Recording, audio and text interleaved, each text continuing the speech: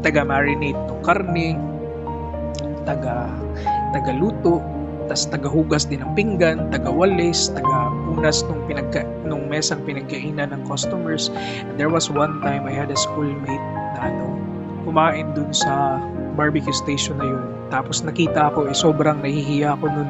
Tapos na-recognize ako ng nanay niya. Tapos sabi ng nanay niya na, ala, di ba si ano yan? Ka-schoolmate mo yan. Tapos sabi ba naman ng schoolmate ko na, oo, akala ko nga matalino yan. Tagahugas lang pala yan ng pinggan dito. Yun, naghuhugas ako ng pinggan nun. Tapos, sobrang dinig na dinig ko. Welcome to another episode of the Voice Next Door podcast. I'm Kevin Imperial, and for today, we are going to talk about my life story or the facts about me, since I have received a lot of questions whether I'm really from Cebu, what's my real name, or how old am I, or what do I do for a living. And this podcast, well, it's more on story, the personal story of my own, but still would be integrated to the main aim of this podcast, which is centered and is focused on your mental health. So my real full name is Kevin Relius Ramos. I use Imperial since it's the original family name of my father's side, but they had to change it to Ramos due to some uncertainties or some circumstances in the past. But in my social media accounts, I do use Imperial as my family name. And my father was born and raised in Ormoc City, Leyte. My mother was born and raised in Cebu City. As for me, I grew up in Ormoc, Leyte, but I was born here in Cebu City. I transferred from Ormoc to Cebu when I had to enter college, and currently, my family and I are living here in Talisay, Cebu. And a quick background of my family would be my father used to be a seafarer or a seaman, but medyo maaga siyang tumigil sa pagbabarko. I guess he was still in his early 30s when he stopped seafaring. My mother is a plain housewife, and we had a pretty happy life, I would say. When I was growing up, we had a well-off type of living, no worries, financially stable, but you know what, things do happen, and sometimes it's the worst scenarios that would really test your resilience and would test your faith in God. Well, I was about 12 years old when my father got really sick. And when I finished my first year high school, we had to sell our house. So we transferred from Ormoc, Leyte to Cebu City for his medication and for his surgery. And it was tough. It was really tough. I had to transfer school as well, a public school in Cebu City where I suffered a lot from a lot of issues, financial issues. My social engagement wasn't that really good. I was broke and I was really broken during that time. And life was pretty tough, I would say. When we transferred to Cebu, sobrang naghirap kami. So, kinailangan naming ibenta yung bahay ulit. Tapos, inoperahan yung papa ko. I would go to school with just 20 pesos in my pocket. And it was really tough because my school would require us to buy academic pamphlets. And for every pamphlet, it was 25 pesos each, and I think every week we had to buy four. Tapos 20 lang yung baon ko. Yung pamasahe pa from our previous place going to school, it would cost me 8 pesos. So back and forth, that would cost me 16 pesos. I only had 20 pesos before usually. So I still have 4 pesos na spare, and wala pa dun yung baon ko, wala pa dun yung pang lunch, pang ice water. May baon naman akong rice, pero it was really difficult. So in Cebu kasi may tinatawag kaming mokong, yung mamokong ba. So ibig sabihin nun yung kunwari sasakay ka tas di ka naman magbabayad ng pamasahe. So as much as possible from Inayawan, from the place where I lived, I would make it a habit na hindi talaga di ba makapagbigay ng pamasahe ba so that I could save a little amount of money for me to buy something for myself. Well, most of the time it was really tough. My father was suffering, we had no money, we had to sell our house again in Cebu City just to attend to his medical needs. And there was also one time pumasok ako sa school na hindi ako nakapamukong. So I gave 8 pesos for the pamasahe going from Inayawan to my school, and hindi ko alam for some reason nawala yung natitira kong 12 pesos sa bulsa ko. Hindi ko alam kung saan ko nalagay or kung nahulog ko sa daan along the way. So kinailangan kong kasi takot kasi akong mag-risk na sumakay ng jeep na wala talagang pera. Kaya I had to walk from Abiliana National School to my previous residence, and I could still remember it was 2 p.m. Tapos na yung klase.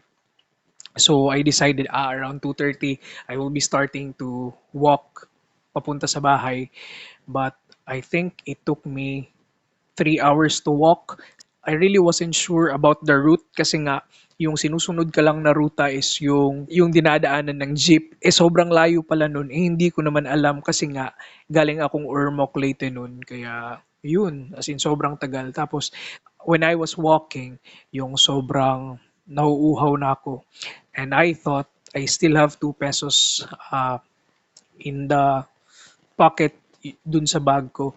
And I was already, nasa tindahan na ako nun, kumakatok kasi nga bibili ako ng ice water. But then, nung kinapa ko wala talaga yung pera ko. Habang naglalakad, umiiyak ako nun. Tapos sabi ko na, sige lang, soon, I will be remembering this day and would have a smile on my face saying na, naku, grabe no, ang layo na nang narating ko. Tapos, like I do have this wishful thinking of being in a better place soon. But during that time, of course, sobrang nakaka-depressed, sobrang lungkot kasi nga wala kayong pera, tas may sakit pa yung tatay mo, tas yung nanay mo housewife lang naman, busy din sa pag-aalaga sa tatay mo.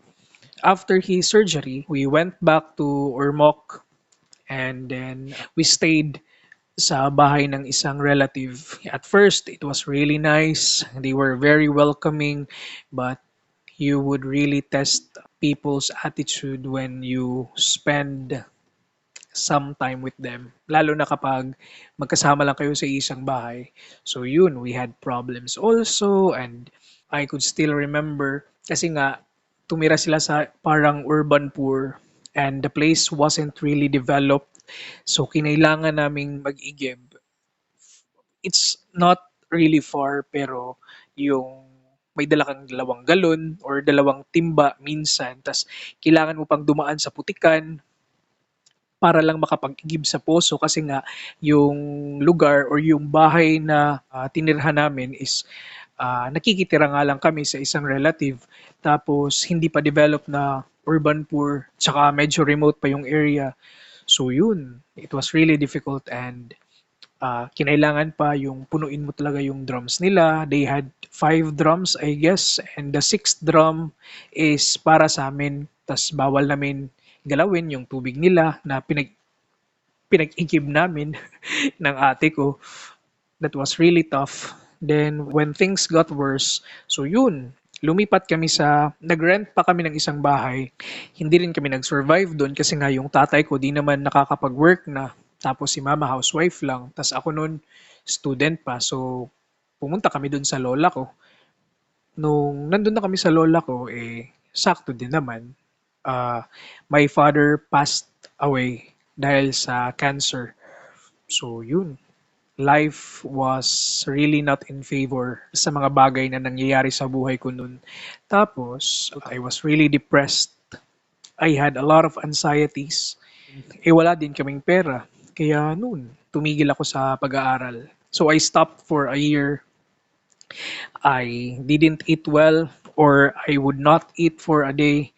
I was really depressed. Ayokong mag-aral. I really thought there was nothing good left sa buhay kasi nga when I was growing up, we had a well-off type of living and I'm not used to working, hindi ko alam paano maghugas, paano magluto, paano mag paano magbanat ng buto, paano maghanap ng trabaho. And I was really young at that time. I was still 14 years old.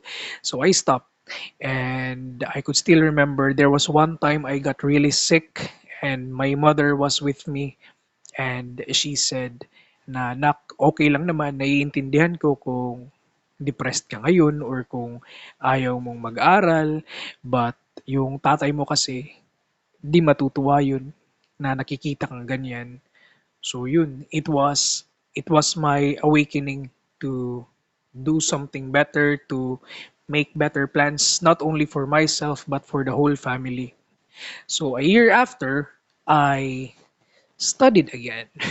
And this time, it was really tough. It was more challenging. So, yun, kinailangan ko ulit mag-aral. Tapos, nung namatay kasi yung tatay ko, we had to transfer to a new house.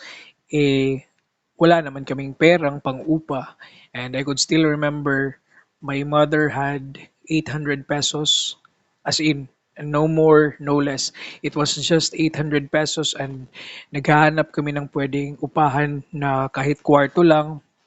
Eh, wala kaming mahanap kasi nga, pag nag-rent ka, the owner of the place or yung may-ari, they would require 1 month deposit and 1 month advance aside from the rent.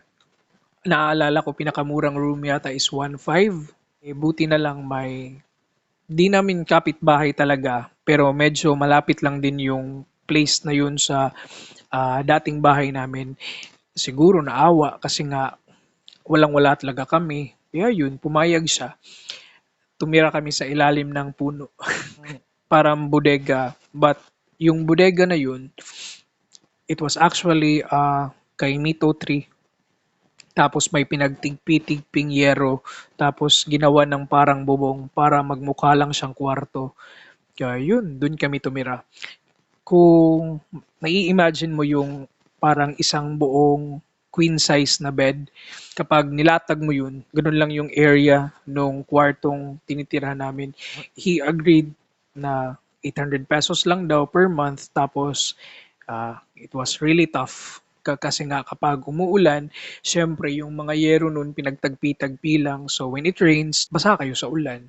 Tapos kapag mainit naman, yung ibang sun rays lumulusot, tinatamaan ka din sa loob. Tapos ang hirap nun, nung mga time na yun. Tas wala naman kaming masyadong makain. Pero yung lola ko naman nakasupport pa din sa amin. Minsan may dalang bigas, ulam. Tapos every night, I would go to my lola's house to ask for leftover foods kung may natira sila sa hapunan nila or kapag may kunwari, yung tita ko, kapag may extra siyang pera, binibigyan ako pamasahe, pang-allowance, or extra food para dalhin sa amin. Tapos kumakain kami nun around 9 p.m. na kasi nga naghihintay kami ng pagkain ng ibang tao. Tapos, since wala namang work yung nanay ko kasi nga yung isa kong kapatid, yung youngest namin, he has special needs. So, kailangan din talaga siyang alagaan ni mama. So, kailangan naming magbanat ng buto. So, kinailangan kong magtrabaho.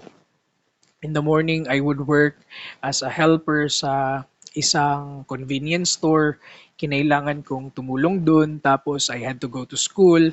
During lunch break, I would go to the district hospital of Ormoc City para mag-assist kasi nga yung barkada ng tatay ko dati, he was the OIC of the hospital.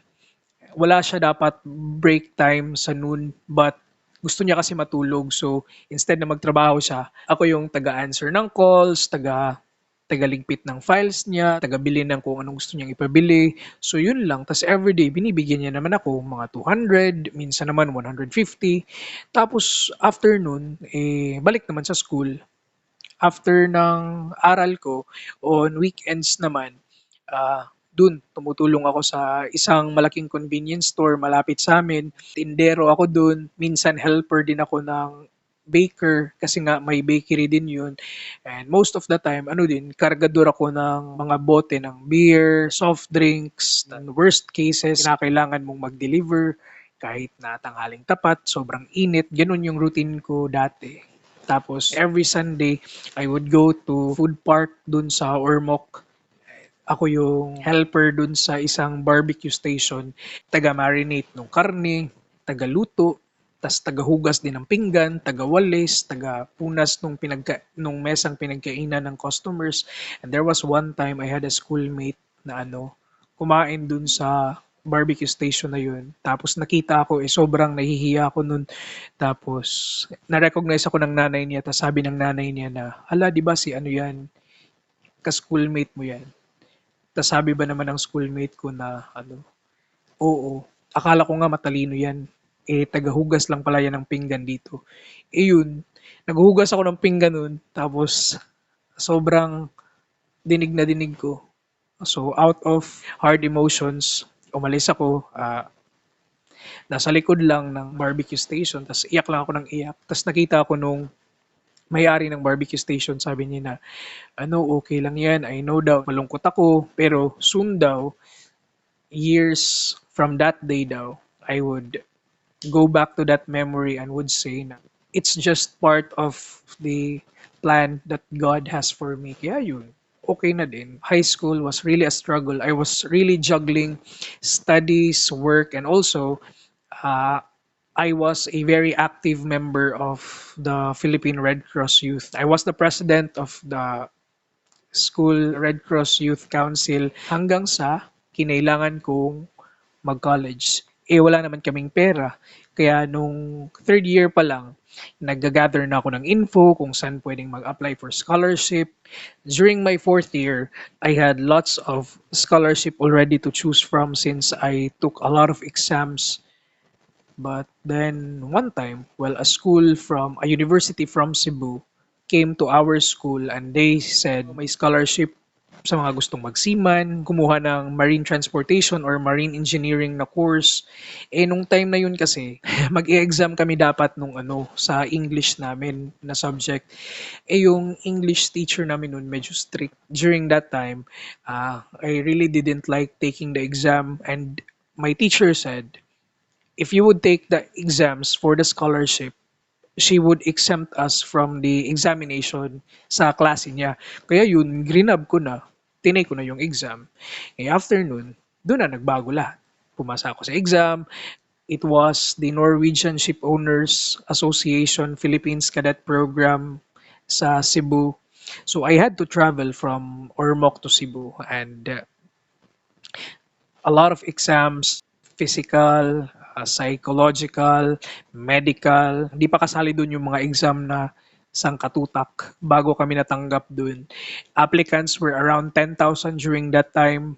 Sa final exams, there were 1,000 applicants and luckily, I was included sa 300 na kadete. Tapos nung nasa Cebu na ako, wala din naman kasi akong pera na pangtustos kasi nga di na ako pwedeng magtinda dun sa tindahang pinagtatrabahuan ko, di na rin ako pwedeng sumuti dun sa barbecue station, di na rin ako nakakatulong dun sa kaibigan ng papa ko sa hospital. So, medyo mahirap pero buti na lang yung isang tiyahin ko sa Ormoc, siya yung tumusto sa pag-aaral ko. She would send me money to sustain my needs sa school habang nasa dorm. Kasi nga, naka-dormitory kami noon. We had semi-military type of training when we were staying in the dormitory. And during that time, since kinukulang talaga yung pera ko, I met someone outside nagbebenta ng siomay. Tapos sabi niya, kung gusto ko ba daw kumita ng pera, yung problem ko noon is wala akong pampuhunan. So sabi ko, pwede naman po, kaso yung problem ko kasi wala akong pampuhunan. Sabi niya, hindi, angkat lang. Kumuha ka ng supply sa akin, tapos pag nagkapera ka, pag bumenta, dun mo na ako bayaran. I had to study at the same time. Nagbebenta ako ng siomay, nagbebenta ako ng nguyong, tapos yun yung ginamit ko para pangtustos ako sa pagstay ko dun sa Cebu nung nasa dorm pa ako. Bawal talaga siyang gawin. Well, nasa student's manual siya. Pero yun, siguro sobrang nagipit lang ako. Kaya pumasok ako sa ganun. Yung benta kasi ng siomai nun, tatlong siomai, apat na puso, 20 pesos lang yun. Binibenta namin sa dorm ng 30 pesos. Kaya for every pack, may 10 pesos ako. Nakakabenta ako nun ng 30 sets ng ganun. So every night may 300 pesos ako nun. So every Friday night, meron akong 1.5. Yung 1.5 na yun, inipon ko talaga yun ng ilang buwan. Tapos nung nakaabot na ako ng, hindi ko na maalala kung magkano yun, 12,000 yata or 15,000 sa kakaipon ko ng ganun. Halos patapos na din ako ng first year nun eh. Yun, sinendan ko ng pera yung ate ko, hinanap ko siya ng boarding house sa Cebu para lang makapunta siya, para makapag-work siya sa Cebu. Tas tinuloy ko yun hanggang second year. Hanggang sa nagbarko ako nung third year. Tas nung third year naman, since apprenticeship, sagot lahat ng kumpanya. Tas wala pa akong maleta nun. Tsahin ko pa yung bumili sa akin ng maleta, yung mga gamit na pang mga damit na pang winter kasi nga international yung trade ko. Kita ko lahat yung sumagot nun sa passport, yung sa Siemens book ko, yung sa training record book. Kasi nga sobrang hirap namin nun. Kaming dalawa ni ate nun nagtutulungan para lang may padalang pera kay mama. Nasa Ormoc. Tapos nung sumakay na ako ng barko for 1 year, ang hirap, sobrang hirap. Ang laki nung barkong sinakyan ko, pero grabe ako magsuka. So panay, suka ko lang morning, afternoon, sa evening time, suka lang ako ng suka. It was a training vessel. Kaya ang maganda lang dun, every morning we would have calisthenics, the regular morning exercise, and then after that we would have our classes or our discussion sa umaga. We also have a training officer on board na kasama namin. So in the morning, we would have theoretical, afternoon, the actual application, tapos sa evening naman, yun na yung bridge watch kung saan naka-duty na kami. And every week, we would shift our designation from being an assistant of bosun, third mate, second mate, and chief mate. And every weekend dun, nag-exam din. So sobrang hirap, as in, hirap na hirap ako. Hindi naman ako ganun ka talino. Ano lang naman ako, average lang naman. Kaya yun, mahirap din. And at first, I really wanted to stop seafaring mula sa contract na yun kasi nga di rin naging maganda yung pakikitungo ng ibang opisyal. Yung kinita ko sa pagbabarko nun, dapat kasi yun yung gagamitin kong pangtustos sa fourth year kasi nga pag nag fourth year ka, hindi nasagot nung cadetship program yung pag-aaral mo. Dapat mag-save ka ng money for your final academic year. Yun din yung taon na yun na nagka-Yolanda, 2013. Nagka-Yolanda kasi, so I had to spend para mapalipat si mama from Ormoc to Cebu City. Tapos hinanap ko pa sila ng bahay. Akala ko naman doon na matatapos yung problem ko. Yung sumunod nun is nag-acute yung cataract nung nanay ko sa right eye niya. Bulag na talaga as hindi na nakakakita. So kinailangan naming ipa-opera. And I spent yung lahat-lata from consultation to medication to surgery. Tas yung mga follow-up check-ups pa, yung medication after the surgery. Nabot ako ng 100,000 mahigit yata, all in all. After my cadetship for a year, wala din akong naipon. So pagbalik ko ng school, wala din akong pera. So nung bumalik ako ng school, as in, wala, nakapag-enroll lang yata ako for one sem. For the second sem, wala na talaga akong pera. Kapos na kapos ako. Kaya yun, bago mag second sem, benta ulit ako ng siomai. Tapos nagtataka yung mga junior cadets na, hala, ba't nagbibenta ng siomai to? Galing to ng barko. Hindi naman nila alam kung ano yung mga pinagdadaanan ko nun. So yun, nagbenta ko ng siomai, nagbenta ko ng ngoyong, nagbenta ko ng manok, yung fried chicken ba? Uso kasi yan sa Cebu. Tapos nag-apply din ako as an ESL tutor. So nag-teach ako sa isang company when I was still fourth year college. Tas it was really difficult kasi nga hinahabol ko yung pagiging honor student. Kunwari, kala mo naman matalino. Pero nung fourth year ako kasi, may hinahabol akong grades. Kaya ang hirap nun, benta ka ng siomai, nguyong, manok, tapos aral ka. Tapos on weekends, pumupunta ako sa Lahug, sa Cebu City para magturo ng ESL. Eh, di naman ako ganun kasikat sa company na yun. Tsaka ang inang-onti lang talaga ng students ko. Yung kinikita ko siguro sa pagtuturo dun, sapat lang din pang sustain sa pamasahe ko back and forth from school to Lahug. Kaya yun, it was really difficult. Hanggang sa awa ng Diyos, nakatapos din. Although sobrang hirap namin nun, still mahirap kami kahit nakapagbarko na ako ng 1 year. I took up my board exam. Unfortunately, during the first take, bagsak. Akala ko, shit, magbabago na yung buhay ko, eto na yun. Eh sa first exam ko pa lang, board exam, yun, bagsak agad. Kinailangan kong mag-review muna for 1 month kasi yung iba kasi yung board exam namin, may competencies ka na kailangang i-meet. 19 competencies yata yun or 17. Di ko na masyadong natatandaan. Eh binagsak ko yung tatlong competencies. Kaya yun, kinailangan kong mag-retake after a month. Pumasa din on the second try nung nagbarko na ako, kahit na may license ako nun, di rin naman ako naging official kaagad. Kinailangan kong mag-start as ratings. So yun, first na naging position ko dun is deck assistant. It was an officer assistant position but yung job description niya, katulad lang talaga nung AB at OS. Kaya yun, dun ako nag-start hanggang sa awa ng Diyos, naging official ay I had 2 years for the third mate position and then 1 year for second mate. And after all of those things, well, I mean, during all of those transitions from being a student, from entering into the seafaring world, I did have some investments. Bumili ako ng mga gamit para sa nanay ko, para sa family namin. Ang dami ko ding ininvest kasi nga, naalala ko, nung lumipat si na mama sa first apartment na tinirhan namin, wala kaming gamit. Yung apartment namin, parang may sala, kusina, dalawa yung toilet sa taas, may dalawang rooms. Pero wala ka namang makita sa bahay kasi nga wala kaming gamit aside sa mga damit namin tsaka mga plato at baso. Yun lang. So I started buying things para sa family, para sa akin, para sa buong pamilya. Hanggang sa nung nakapag-ipon-ipon, nag-invest ako ng bahay at lupa. Hindi pa talaga ako dapat bibili nun, kaso lang ah, naisip ko lang na need din talaga ng family na magkaroon ng bahay at lupa. So, bumili kami. From a relative lang din, sa kapatid ni mama.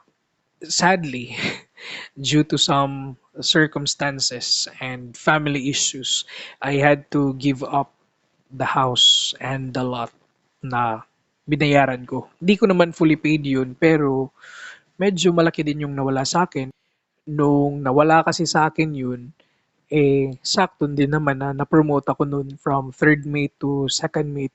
So I think okay lang yun. Kahit di din naman talaga okay. Sometimes kasi when we do have these negative feelings or negative things that are happening in our lives, we tend to pacify our emotions thinking that okay lang to kasi nga kung nangyari man to, eh baka naman di talaga para sa akin to. Tsaka baka naman may mas better na dadating. So yun na lang yung naging thinking ko nung mga panahong yun. After nun, I had a surgery sa hemorrhoids. Nagka-almoranas kasi ako dun sa barko. It was an acute type. They performed 2 surgeries on me.